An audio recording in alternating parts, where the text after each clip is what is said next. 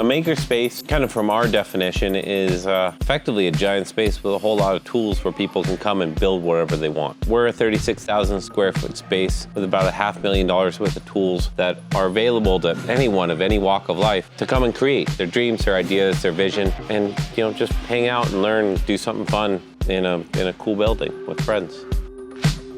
Burning Man showed us we could just make art. Like, you didn't have to be vetted or rich or some kind of known celebrity to make art. Like, regular people can make art. The idea itself is really just based around this beautiful experience that I had, which was when we started that first project, I didn't know how to build. Friends and family and mentors came and taught us. We were really inspired by what happens with the Flaming Lotus Girls, how the Flaming Lotus Girls can bring in people and teach them how to weld and build and empower them to control their destiny through the act of just building their ideas. And we wanted to carry that torch. We wanted to carry that flame where people of all walks of life, of all races, of all genders, of all abilities can come and just freely create. That's what we were founded off of. Trying to do things like this is incredibly hard.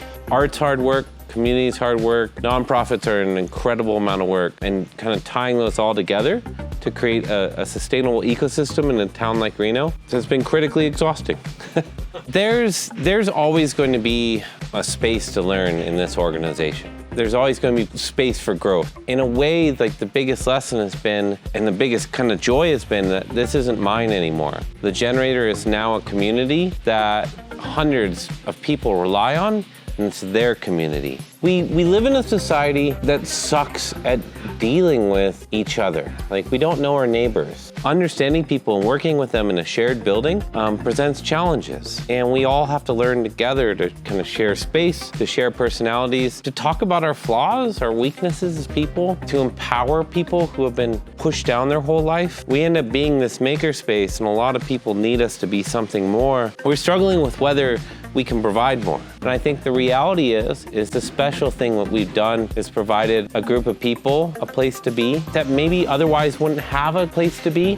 The generator is an amazing space to come in to learn how to weld, or build a frame for a painting, or hang out in the ceramic studio and learn to sculpt. The generator is a brilliant place to come and work on a big art project with your friends. It's a great spot to come if you don't want to be stuck at the bar or church on a Sunday. If you need another option for what to do, come on in and say hello.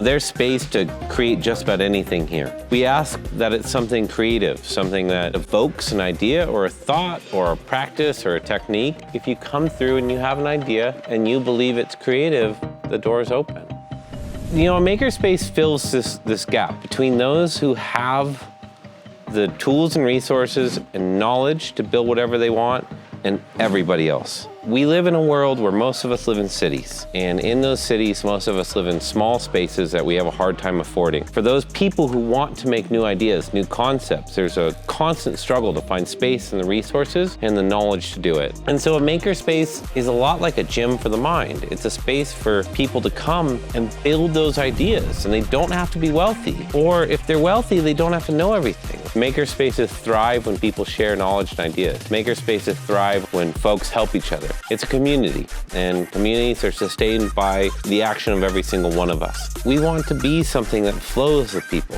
that can grow and shift. We want to be something that can talk about our problems and adjust and change course. We want to be a place that has a chance of lifting up those brilliant weirdos that otherwise don't fit into a strict system of rules. And that by its nature is complicated. People are complicated. Our social interactions are complicated. I've learned that I have no fucking clue how to fix a whole lot of this stuff, and the chance of being vilified for not knowing how to do these things is higher than I ever expected it would be. Our real biggest challenge at the end of the day has always been finding the consistent funding to empower this idea to grow.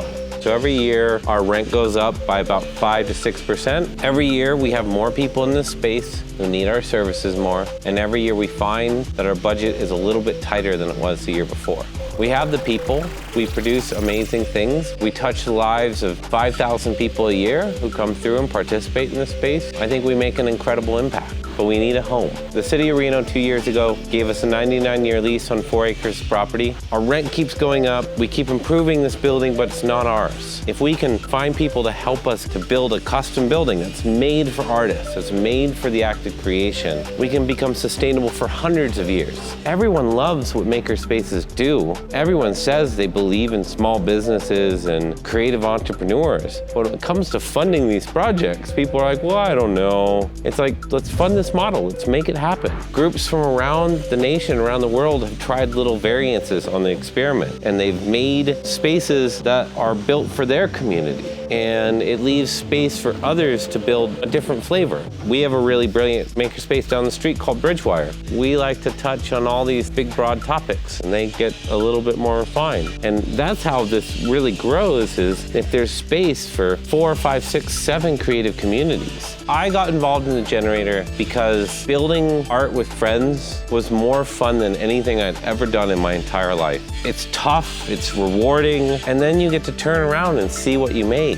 And you can share that with other people. Like, that feeling I thought was worth sharing with everyone, especially in our culture where it feels like we're all just asked to be these kind of consumer robots. The way that someone's face lights up when you show them how to build what they really want to build, and they realize that it just takes a little bit of time and a little bit of planning and a little bit of practice, and any one of us can build anything, really. And I think that's why I do it.